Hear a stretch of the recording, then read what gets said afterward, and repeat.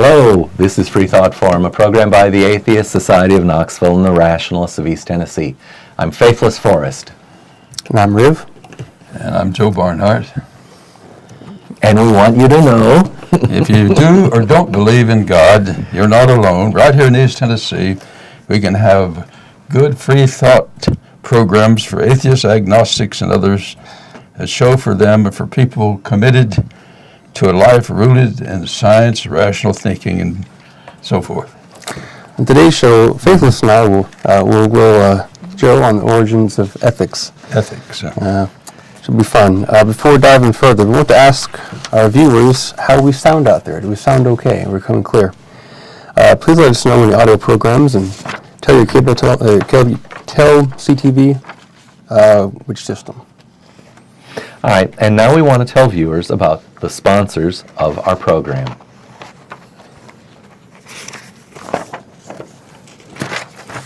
Okay, who of us is next? Revs up. That was cable television. I was thinking CTV. I was thinking one. So the Atheist Society in Knoxville frequently has a fun meetup at a bar or eatery.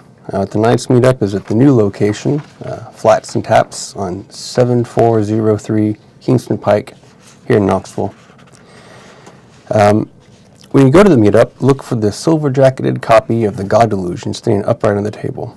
And as Matt Dillahunty, the Atheist Experience, says, everyone is welcome to our happy hour for food, drink, and conversation. But if you plan to preach, proselytize, provoke, or punch, please don't. The Rationalists of East Tennessee have several regular monthly meetings. The first and third Sunday mornings of the month are usually lectures with lively roundtable discussions. The second Sunday we hold the Skeptics Book Club, and on the fourth Sunday we're mixing it up, sometimes with a potluck get-together at a member's home, which we call a reflections meeting. Once in a while we have a picnic, things like that. Okay, good. And later in the show, we'll give you our website and some additional details, including times and locations. So we go to the news now. All right, we're going to jump into the news. This is kind of a repeat, but because there are some deadlines involved, we thought we'd cover this again. Mm-hmm. The Freedom from Religion Student Scholarship Essay Contests. There are 4 contests open for different categories of students. And we'll cover these categories as we go further, but they have some pretty useful scholarship award amounts. The first place scholarship amount is $3,000. Second place will be $2,000. Third place $1,000. Fourth place $750. Fifth place $500. Sixth place $400, and I guess there's going to be several honorable mentions at $200. Winners, in addition to the scholarship, will receive a year's free membership to the Freedom from Religion Foundation. This includes a subscription to Freethought Today, FFRF's newspaper, which is published 10 times a year, and in which they will publish the winning essays. All other eligible entrants will be offered the choice of a student FFR membership or a Freethought Today subscription or a Freethought book or product. Oh, did I jump and take yours? We'll just push them out. Well, let's just alternate now. You want to do the William Schultz? No. So the first one is the William J. Schultz High School Essay Competition. It's open to North American high school seniors graduating in the spring of 2017 who will be attending college in the fall of 2017. The topic is, if there were one thing I could tell my family or a believer about why I'm a non-believer, this would be it. The word limit is 350 to 500 words. Deadline is June 1st of 2017. It's coming up close. It's day after tomorrow, I guess? Yeah, it's very, very close. Winners will be announced in July. Please view the rules and prompts of the online application form. All right. There's the David Hudak, I may have mangled that, Memorial Free Thinking Students of Color High School Essay Competition. Once again, it's open to North American high school seniors of color graduating in the spring of 2017 and attending college in the fall of 2017. The topic is, again, if there were one thing I could tell my family or a believer about why I'm a non-believer of color, it would be this would be it. Once again, the word limit is 350 to 500 words. The deadline is again June 1st, 2017. Winners will be announced in July. Right. So the next one is the Michael Hakim Memorial College Essay Competition for an ongoing North American undergraduate college students to age 25. If you are entering college for the first time in the fall of 2017, please enter the William J. Schultz contest for college-bound high school seniors. If you will graduate from college by spring or summer of 2017, you are eligible to enter this contest. If you're an undergraduate between the ages of 25 and 30, you must enter graduate/older student contest. The topic is, my morals do not come from God, they come from ... Word limit is 450 to 650 words. Deadline is again July 1st. Winners will be announced in August. Again, please review the rules and prompts on the online application form. All right, and finally, we have the Brian Bolton graduate/older student essay contest, open to North American graduate students up to age 30, or to undergraduate students age 25 to 30. You're also eligible to enter this contest if you will graduate by spring or summer of 2017. Topics: why religious liberty shouldn't mean the right to impose your religion on others. The word limit is 600 to 750. Deadline is July 15. Winners will be announced in September. Again, the rules and prompts are on the online application form. Find and apply for these scholarships online at ffrf.org. Look for the Outreach tab, and then underneath that, the Event link, and then finally the Student Essay Contest link. And I think we've got a graphic on that. Yeah, there it is. Yeah, I found it hard to find that one myself because you had to slog through a few menus before you could finally get to it. All right, I think that's enough in the news for the week here. And so we want to begin with the topic here. I'm trying to catch up. It's all right. What's our topic going to be? Joe, it was your idea. Yeah. The title is? Where does ethics come from? How does it get started? All right, and we need our title slide up, Sam. It's the origin of ethics. Here we go, origin of ethics. As I was driving here and I wrote about this, and I was thinking, so I made the slide yesterday, and as I was driving here, I was thinking, I wonder if we should have called it Foundation of Ethics, and what would be the merits of that versus origin, or is there a difference? Maybe when we get near the end of the program, we could revisit that. Okay. Would Foundation of Ethics be Yeah, that's often in the textbooks. the same, or might it be somewhat different? Okay. All right. So, Joe, you've taught ethics classes during your professional career, and Rev, you've recently taken some philosophy classes, right? More of a hobby about everything in between. Yeah. Sorry, say again? Well, between classes, more of a light reading conversation with friends, but it's, Okay. But I'm a physicist, and for whom the word ethics and related words have only sort of the common connotation. And I hope Rev and I can get Joe to teach us and our viewers some more on the subject. So since I only had the kind of non-dictionary definition in mind, I'm not sure I'd ever looked it up before. I went and grabbed that, and maybe Rev can read it to us? Right. So, synonyms there. All right. So what we have here is ethics, plural noun, ethics, noun, ethics. Moral principles that govern a person's behavior or the conducting of an activity. Phrase would go, medical ethics also enter into the question. Synonyms, moral code, morals, morality, values, rights and wrongs, principles, ideals, standards of behavior, value system, virtues, dictates of conscience. A phrase would be, your so-called newspaper is clearly not burdened by a sense of ethics. The moral correctness of specified conduct. Many scientists question the ethics of cruel experiments. The branch of knowledge that deals with moral principles. Okay, well, let's get started on this. Huh? So the two different definitions, one of them is talking about the moral principles themselves, but then definition 2 says the branch of knowledge that deals with moral principles. In other words, one is about, in a sense, the ethics, and the other is maybe a little bit about how do we have knowledge of ethics. Is that a fair way to break these two pieces? Joe, do you agree with this definition, or does? Well, it's a good start. Definitions are a start for discussion. You don't summarize everything in a definition. Can you think of anything that's important that might be missing in this definition? It's enough to get started on. All right.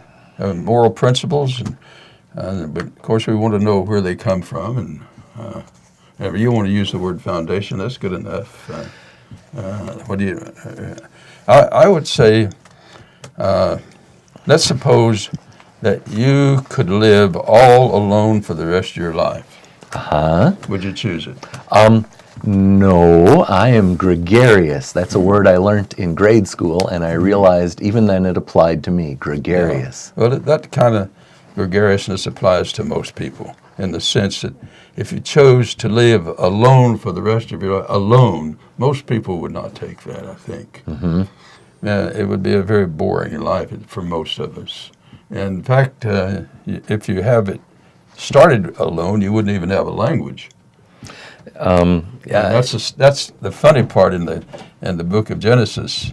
You have Adam and Eve starting conversation just right away. Well, no, I don't think it's the way it happens. Language has to be learned, and that takes years. All right. Well, I guess we got a call. You want to push the button? Yeah, we got a call. Go ahead, caller. Can you give us a name or a nickname, please? Hello, Charles. Oh, Go ahead. You're in your history classes. Okay. Were there evidence of anything that resembles matching elements of philosophy and ethics from the Middle East in various different societies, such as, say, the Jebusites and the Israelites, or the Amalekites and the other people? Okay, that's a good question. I thought he might be going somewhere else. But so your question is to Joe about the class he taught, and did he do something like comparative morals or comparative ethics? Yes. Okay.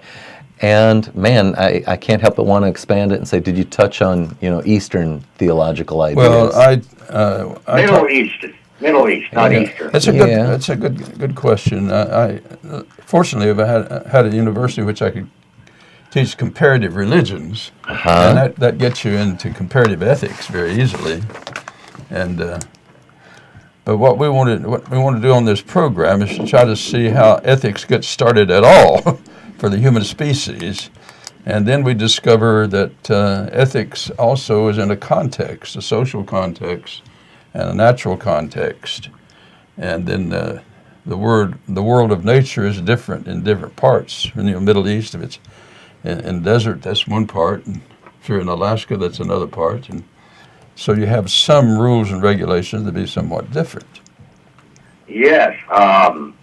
It's a lot more difficult in desert environments for food and water supplies. Exactly, yeah. Than it is in, say, middle of, say, France or upper reaches of the, Himalayas. Sure.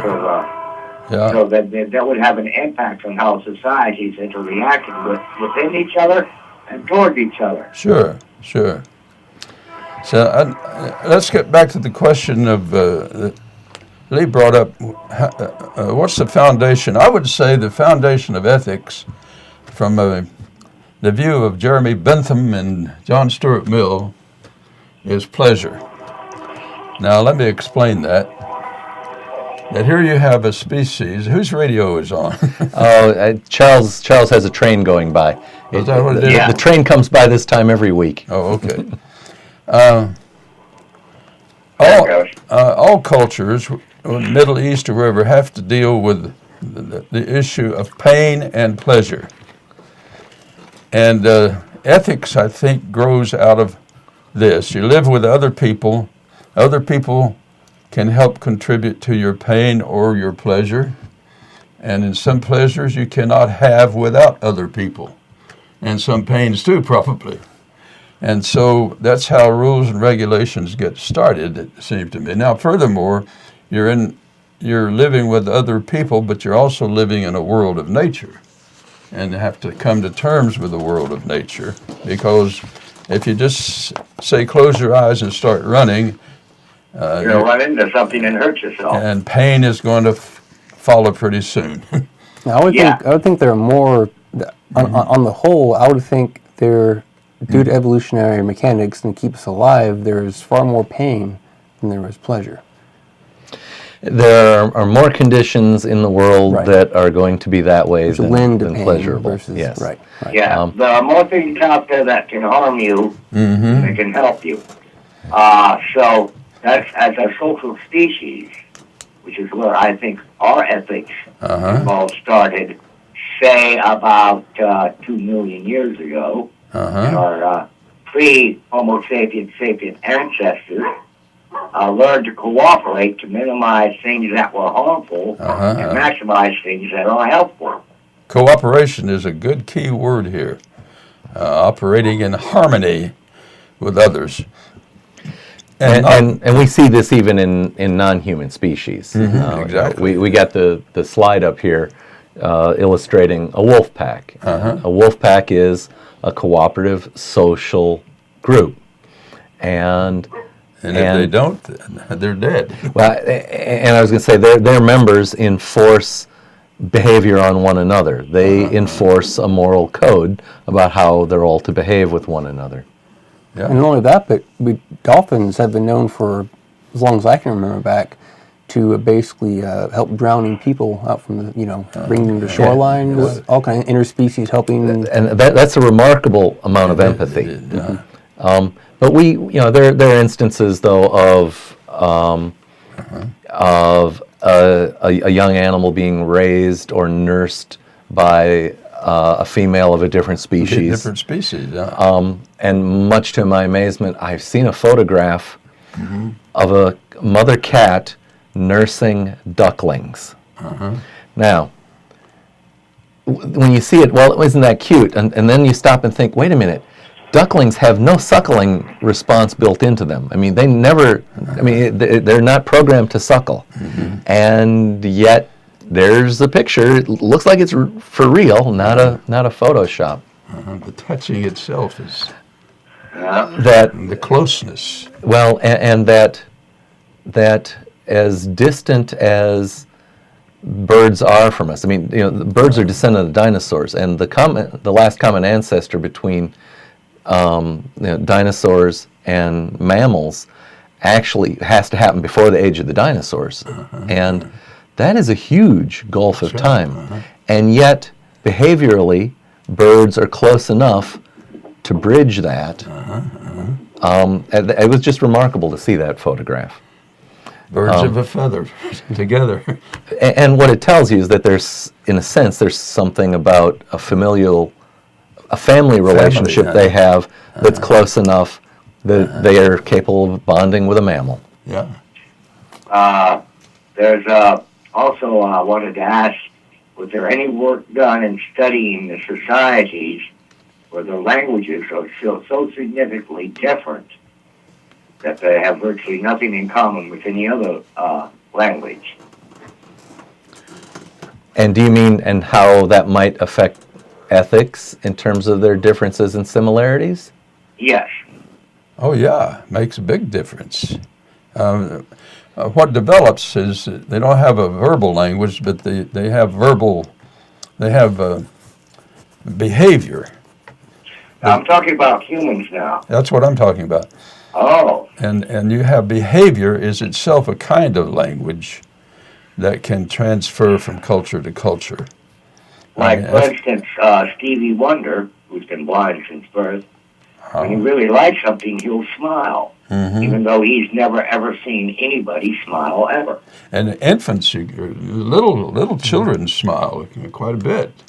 You know, I think I've heard that being sort of discussed as to whether or not that's learned behavior or not, because, you know, infants are around parents and can be rewarded, you know, given positive reinforcement for it. But I guess the case of someone blind from birth, you've got no visual way to get feedback on it.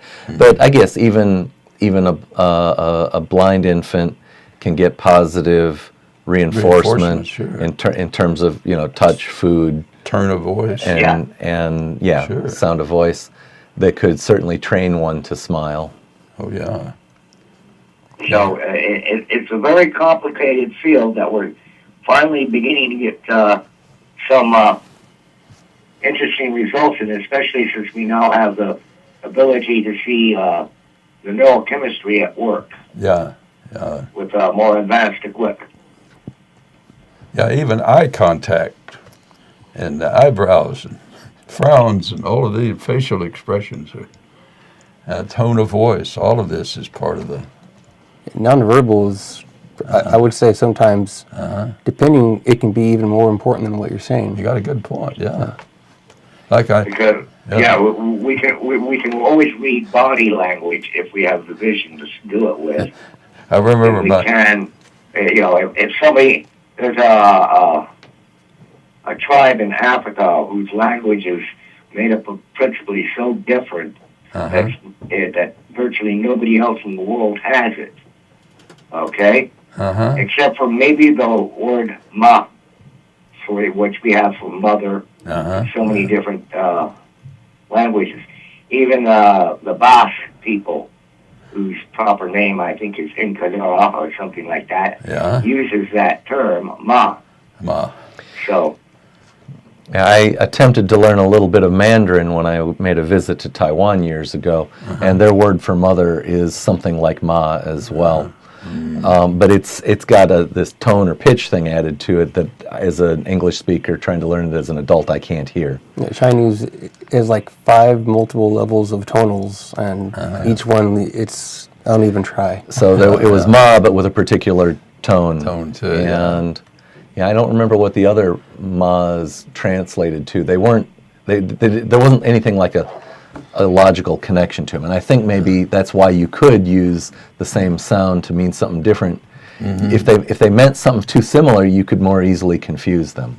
In our culture, we often can see a diversity in what people say and the tone of voice. I remember my speech teacher says, "You don't say, 'I love you.'"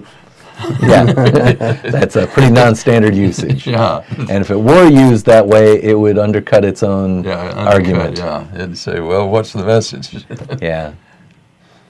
Okay. Oh, thank you. That's how I'd call and check in and see Thank you. I could All right. get some points clarified. Thanks for reporting in from Central Illinois, Charles. Illinois. Goodbye then. Okay.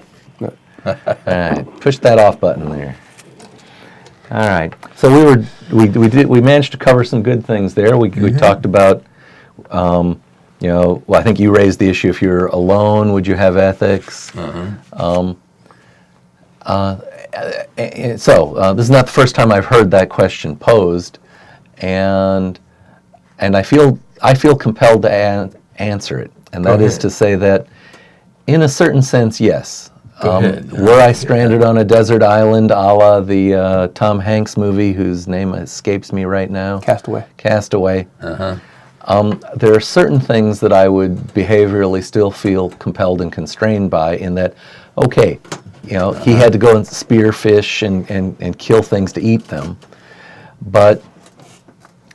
and I would be compelled to do so as well, but I would attempt to mitigate the suffering of those things I was killing to eat, and not unnecessarily kill things that I couldn't eat. So you're interacting with nature, and then nature also has feeling creatures. Yes. But of course, if I hadn't grown up in the environment I have, but where I did grow up and be taught to empathize, I might not come to that realization at all. Yeah. And that's a good point. And I also realize that the relationship we here in the early part of the 21st century have with our food animals is very different than it would have been 100 years ago, and even more different 200 years ago, where a lot of people knew and maybe even put names on the animals that they milked or maybe killed and ate. And There's a movie about that. I can't remember what it's called now. They're basically this small family who live in the Appalachian Hills, and there's this goat, and it lives a while, and then it comes time that I can they're remember. going to eat it. I can remember my grandmother talking to her chickens and her cow. I mean, very tenderly. And she lived alone mostly, not far from her relatives, but she couldn't drive, so she was pretty much stuck with the animals, and she had a real close relationship. I've never been in a position where I've had to, kill and eat an animal that I had become familiar with. As a youngster, I've gone fishing, but the fish you pull out of a lake are strangers to you. And once they're thrown in the bottom of the boat, after a few minutes, they stop flopping around, and you don't identify. They're gone. So I think So probably it's a very different thing. A lot of ethics, I think, begins with empathy, in the sense you identify somewhat with another creature. And if you can do that, then you can project your pain and back and forth and say, I know what it feels like. In that sense, you have projected part of yourself and identify with that. Yeah. That dog, for example, people do that all the time with their dogs, it seems to me, or the cat. Well, I was going to say, if I could, a quick caveat about, you mentioned gregaciousness earlier. I'm so introverted myself. I tend to like being with myself, but at the same time, I love people and I love life, and I like to be kind and them to be kind, and so on and so on. And that comes, I think, to add to the point that growing up in society, we learn these traits from living within society and how people treat each other and so on and so on. And add to that our just long-built strain of empathy building up over time. And I think that combines into it.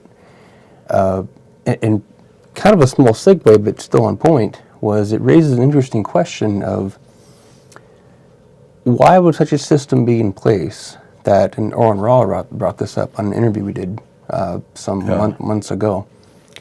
Why would such a system be in place that the only way for, anywhere from dual to multi-billion, trillion, cell organisms, why would the only way they can subsist and not die is to destroy and consume other living creatures?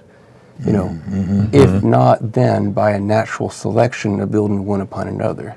It seems kind of cruel to make a system that, yes, I will give this creature the ability to feel pain, but I'm placing you in a hierarchy, and you must kill this creature, and you will feel pain. But that's how I'm designing the system. It seems kind of barbaric. I've heard that used as an argument against a benevolent theist, and it was put in the form of a phrase that's supposed to be said with a note of incredulity in the voice, and that is, did you have to make animals out of food? Right. That's addressing the deity. Did you really have to make animals out of food that we thus have to eat one another? What kind of a moral system is that? It's meant to attack the idea that we get morals from a deity. Right. So, the word ethics, I assume, is a Greek word. Joe, would you know? I can't remember. Ethos. It just sounds to me like that ought to be Greek, and that then begs us to move on to the slide that says Plato. So can we get the Plato slide? And I know that Plato wrote a work called Ethics, I guess. The reason Plato is important is, of course, he was connected with Socrates. Socrates, like Jesus, was related to people, and asked questions and had sympathy and empathy. And I think Plato, learning from Socrates, tried to say that ethics has to do with being reasonable. In other words, you have to reason how you solve a problem, how you relate to people, how you relate to nature. Part of being human is we have to stop and think and do comparison. In other words, and forecast in the future and imagine. Now, part of thinking, a great deal of thinking, is imagination, trying to predict how this will turn out and then try to formulate behavior in terms of our predictions.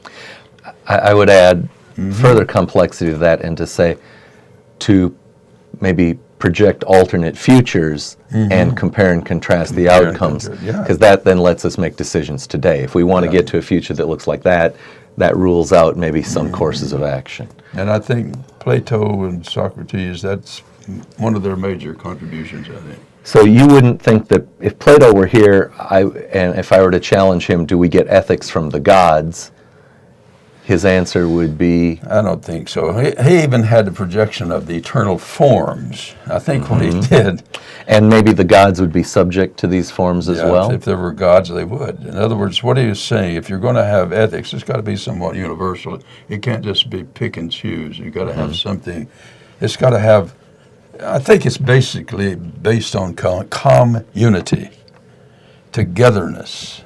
And if you're going to have a god, the god's got to have some kind of, well, they had gods, you see, in those days. And they had problems with their gods among the Greeks. Yes. and so Plato understood just to have ethics from the gods, you got to have, say, well, which gods? You still got to use your brains. Yes. If I can ask, since we're on the time frame of Plato, Euthyphro comes to mind. Say that again? Euthyphro. Yeah. In his dilemma. Oh, yeah. So although we've talked about that on other shows, could you summarize Euthyphro's dilemma briefly, Joe? How would you have done it for your class? You do it. All right. Well, I'll try. Okay. So basically, so in the writings, Socrates was approaching the courthouse, and he ran into his friend Euthyphro, the master of religion. He knew all the things about the religions. And there was a crime, and he was basically charging his father for the crime. I forget exactly what it was. But it was justice. He was bringing his father that it's justice. So we had a bit of dialogue back and forth. And it came down to, well, how is justice? How is it justice? How is it injustice? And he explained, well, describe it. And he couldn't give him an answer. And then he told him, well, eventually God is what, justice is what the gods demand, and injustice is what the gods don't like. Some kind of phrasing like that. Right. Hey, we've got another call again. Can you remember where we left off? Right. Yeah, we'll come back to that. Okay, we got a caller. Go ahead, please. Give us a name or a nickname. Hey, it's Leanne. Okay, speak up good and loud. Hello, Leanne. Do you have a comment or a question? I just wanted to say, this is Leanne. All right. Oh, We're hearing you. Keep Can you going. hear me? Yes. I just have to say, I was reading the T-shirt, and it said, nothing fails like prayer. I just have to say Uh-huh. that prayer has never failed me yet, and I'll leave it at that. Go ahead. Well, Leanne, have you ever, for instance, known a person that's lost a limb? Yes, Could prayer restore a limb? Has it prayer has not. has prayer It has- ever restored a limb? No. Ever. Not that I know of. Yeah. The flip side is that technology, we can build replacements, and in fact, some people are lucky enough to have had transplants. Prayer fails where technology and science succeeds. Okay, let's take her point of view. Give me an example, and give us an example of the successful prayer you've had.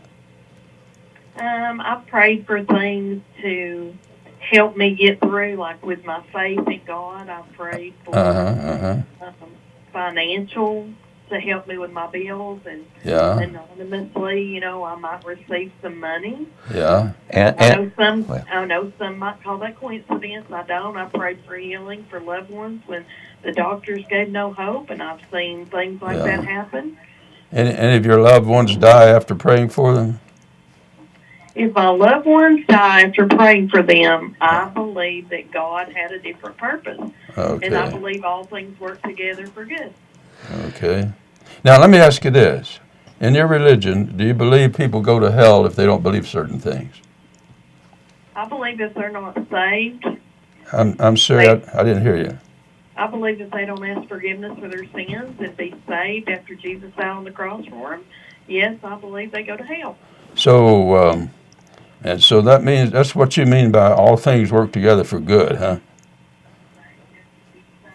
Well, yeah, hell. that's one way to look at it. When you say So in that, other words, but your view is to hell with them. And that's to good, huh? No, I didn't say all things work together when people die and go to hell. Okay. We live in a world of free will. Okay. However, I believe all things work together for good when we pray. Okay.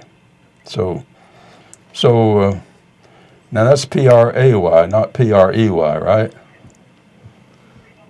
No, P-R-A-Y. Okay, good. All right. Okay. Well, Leanne, we're non-believers here, so we don't think that there really is a hell, nor is there a heaven. There's only the life here in what I would say is the real world. We would maybe disagree on what is reality, therefore.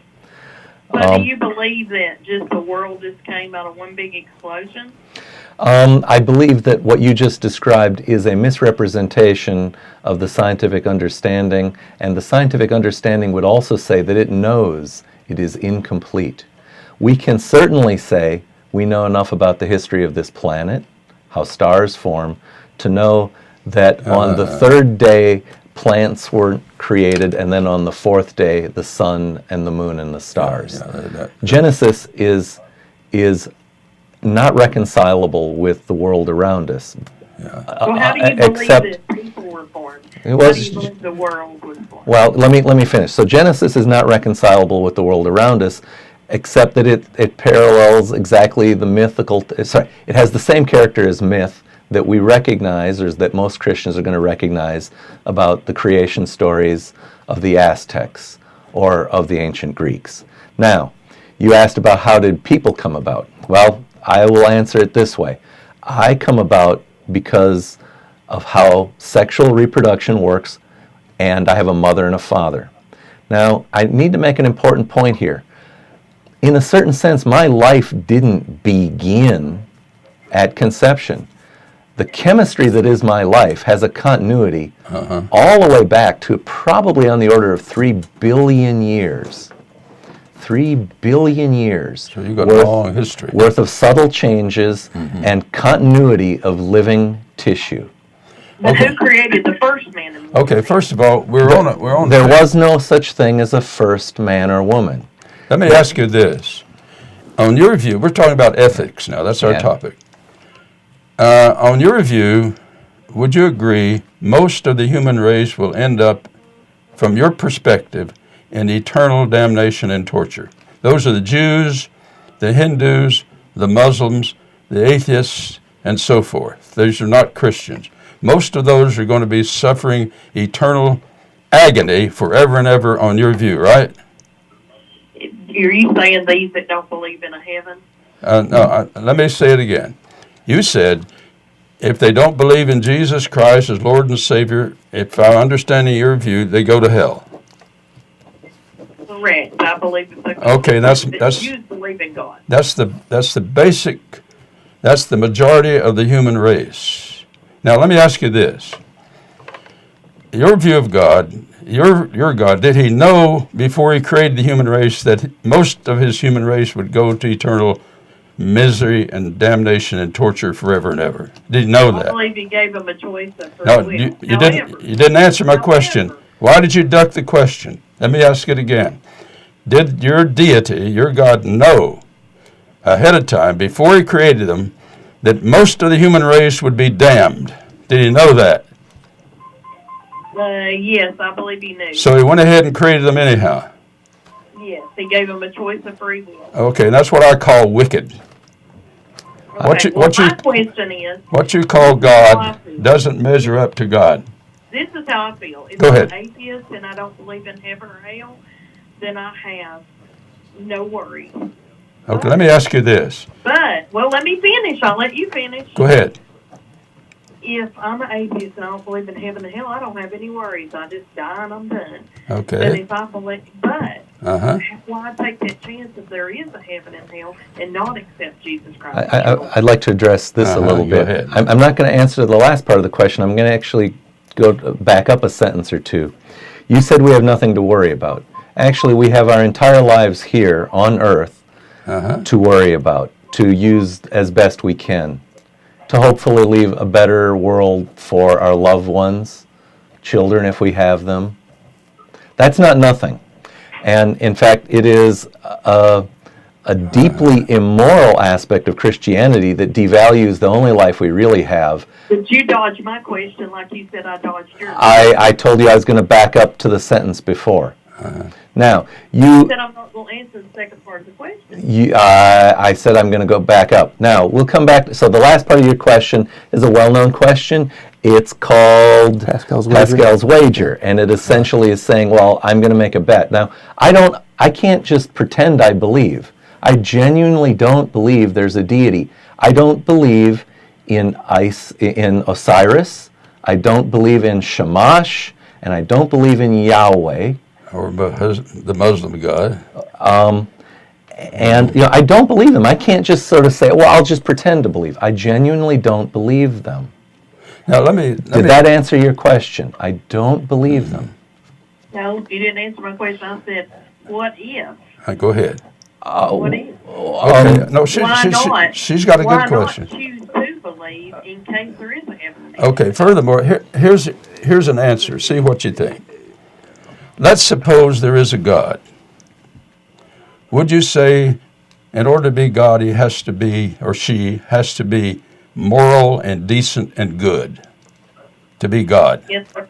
Yes, sir. Okay. Now, what I'm saying to you is I don't look upon you as having a God. I see you as a one version of atheism. What you have doesn't measure up to being God. If there is a God, then I would trust that being. Are you with me?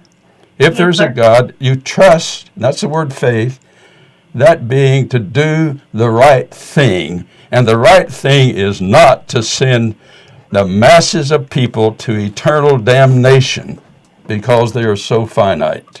That's wicked. See, what you call God is a form of evil and not God. No, God's not evil. Well, God's a God of love. He wants everybody. But that's why what you call God is a form of atheism. You don't have a God. You just call it God. So you and I do differ on this. You understand, don't you?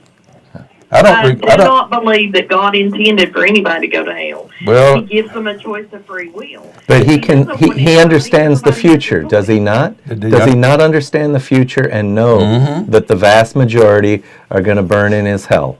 If the Bible be true, is that not the case? Yeah. Hey, let me ask you a question.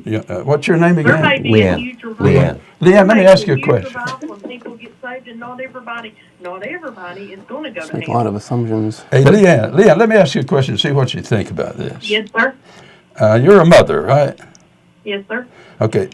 Let's suppose before you give birth to a child, or even before you conceive, before you conceive, that child is going to have a horrible, horrible, incurable disease. Would you give birth to that child? Absolutely, I would. You would? Yes, sir. Okay. Then you and I have a different version of what evil is. I would regard you as being very wicked to do that. Okay, my opinion on that is? Go ahead. First of all, if it has an incurable disease, as I was told, my daughter had incurable disease before she was born, but she ended up not having incurable disease. She was perfectly fine. It was the doctor's mistake. However, if it's got a beating heart in my belly, and I choose to murder that child instead of letting it be born and have an incurable disease, that's not I'm making a choice to murder my child instead of giving it an opportunity to be healed, or doctors come up with you missed my question.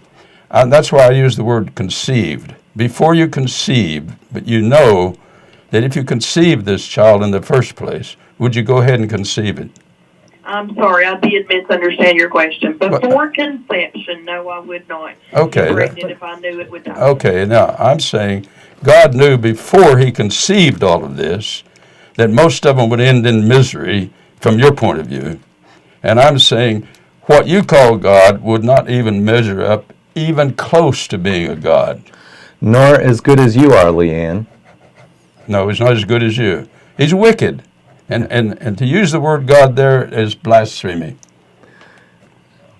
Okay? You see where we differ, don't you? I believe that God created Adam and Eve because there had to be a beginning somewhere. These people didn't just be here forever like you're suggesting. Something happened. Leanne, we don't suggest that people were here forever. What we suggest is that people gradually differentiated from previous mammals, and previous mammals differentiated from something like previous amphibians, which differentiated from previous... You possibly believe I might have been a monkey before I was born. Leanne, we are apes.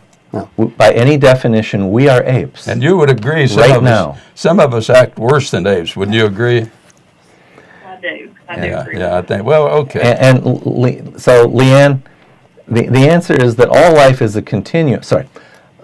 So far as we know, all extant life on the planet now appears to use the same DNA system of encoding information, and that therefore it represents, there's probably a common ancestor to all current life. That actually doesn't mean that the first life used DNA to encode information. It merely means that life which encodes information in DNA has made previous forms of life extinct because we outcompete it. Leanne, that gets to your question about where does the first life come from. The first life we might look at and not even recognize as life.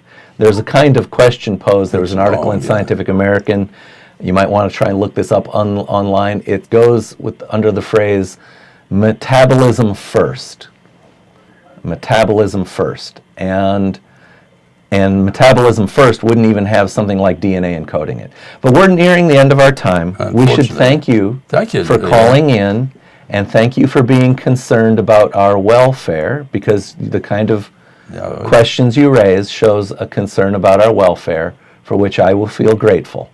I do. I'm still praying for you all. Well, just don't pray on us. For us is good. That's all right. Thank you. I won't pray on you. I'll pray for you. That's good. I like it. You have a good afternoon now. Thank you. You too. Okay. All right. Bye-bye. Bye-bye. So we got 6 minutes left, and we haven't even talked about, when we talk, we haven't talked about Mr. Bentham or Mr. Mills or Mr. Kant. You want to pick one? And we finish out on one of those? Let's take Bentham right quickly. That could be a part 2 at some point here. It may be. So Bentham is chronologically next as well, which works. Well, Bentham was emphasizing that pleasure is the foundation of ethics and pain and pleasure. And most mothers understand this, is when they're trying to nurture their children. If they think they're having the stomach ache, the kids, they're trying to help them so they don't have the stomach ache. And they try to rub their gums when their gums are they're cutting teeth, because they don't want them to be in pain. And so ethics begins as a form of trying to reduce the pain that we have and try to increase the pleasure. I asked a preacher friend of mine, what if you could go to heaven but never have any pleasure? And I mentioned this on the TV, and he said, thanks for nothing. And I always enjoyed it. He and I were very good friends because he understood pleasure is part of morality. If you didn't have the concern for pleasure and pain, you wouldn't have any morality. And that's where ethics begins, is trying to find ways to increase each other's pleasure and reduce the pain. And that means some kinds of pleasures we will control because they eventually lead to pain. Either in ourselves or for others. Other people, yeah. So we've apparently got one last call. Let's be quick with them. Okay, we got one more caller. Go ahead. Can we get a name or a nickname caller? Becca. Yeah. Hello, did you say Becca? Yeah. All right, Becca, give us a comment loud. Can't hear or you. a question. Can you hear me? Yeah, sure. Go ahead. Good. Okay. This is the thing for the atheist TV, right? Uh-huh. Okay. I'm just confused on what I would like to make that. Like, I don't know exactly. I haven't been watching since the beginning, so I just turned on the TV. But what is your basis for not having a faith in God? Well, we have. Here's a way of putting it. Are you a Muslim? No. Okay. Does that make you an unbeliever? An unbeliever in what? In Islam. The Muslim. I believe Islam exists. Okay. But you don't believe Islam is true. Correct. Okay. You're an unbeliever. Okay. Okay. All of us are believers, and all of us are unbelievers. All believers are skeptics. So you're skeptical of many things. Are you married? No. Okay, if a guy just came up and proposed to you and knew you for 2 weeks, would you be somewhat skeptical? Yes. Good for you. All faith has skepticism built into it. And that's all we're saying here. You have to use your brains, and if you believe there's a God, you believe you've got a brain, see? So And you use it. we're real low on time. Rev, why don't you take a minute to answer Becca's question? I'll take a minute, and then maybe we'll have a minute for her to cross-examine. Well, try to be really succinct about it. Essentially, it's following evidence wherever it goes, and asking the questions that are difficult to ask, and hearing the answers that are difficult to hear, and read and learn, and being honest with yourself, and eventually come down to those core, I'd say, ethical, morality questions of, yeah, I read this, but this doesn't add up to what I'm learning, what I'm seeing, what I'm feeling, what I'm thinking. And once you approach all those questions and be honest about it, and don't, selectively pick this verse or that verse, and really look at it in its totality, and you'll see the problems. And that's where you get into a lot of the history of religions and how they form the politically induced motivations and so on. So, Becca, I'm going to be real quick. When you were 6 years old, were you told that Islam was true? No. When you were 6 years old, were you told Christianity is true? Yes. Do you think if you grew up in the Middle East, where Islam is the dominant religion and your parents followed Islam, do you think you'd follow Islam? I think for a certain time, yes. For a certain time, okay? Okay, that's the way I feel about Christianity. Yeah. So that's what we think about. And some parts of Christianity make a lot of sense, and some parts, to me, don't. So, Becca, we're running out of time. Can you got 30 seconds more to speak to us? Okay, so I'm just. Did y'all grow? I'm curious. It's like you think that lifelong. came into. I'm a lifelong atheist. Christian for So about. you think the world just popped into existence by no God, no nothing? Do you think God popped into existence? I believe that God always existed. Okay. And I think the universe, or the rules of the universe, look like they always existed. So, but one of them has kind of a personality, one doesn't. 10 seconds, Becca, then we got to say goodbye. Thank you. How often are y'all on this TV show? Same. Most Tuesdays from 5 to 6.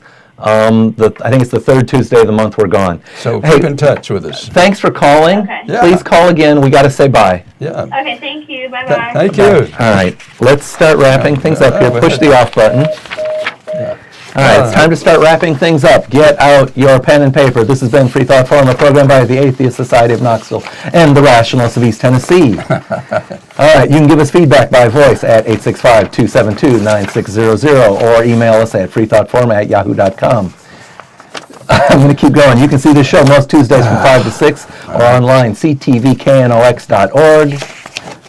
The opinions expressed on this show are of the hosts and guests and our callers and not any official opinion of ASK or RET. We would like to thank Sam for technical support, Leah for answering the phones, our viewers, and of course the callers. Yeah, thanks to the Rev. callers, yeah. And Nuns. Nuns are the fastest growing segment. You're not See alone. ya.